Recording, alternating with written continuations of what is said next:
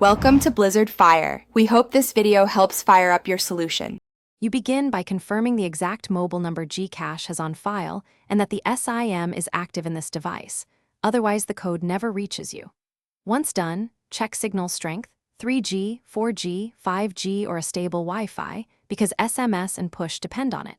Restarting your phone clears temporary radio issues, then open GCash and request the OTP. I'll explain why each step matters.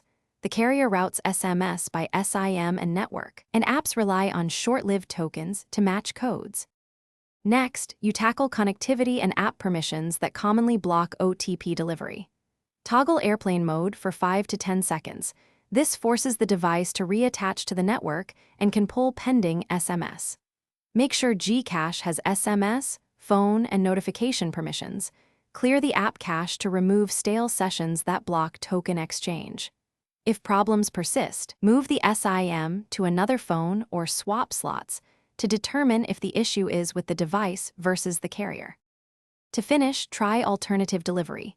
Choose voice OTP or an alternate verified number in the app, because voice bypasses some SMS filters.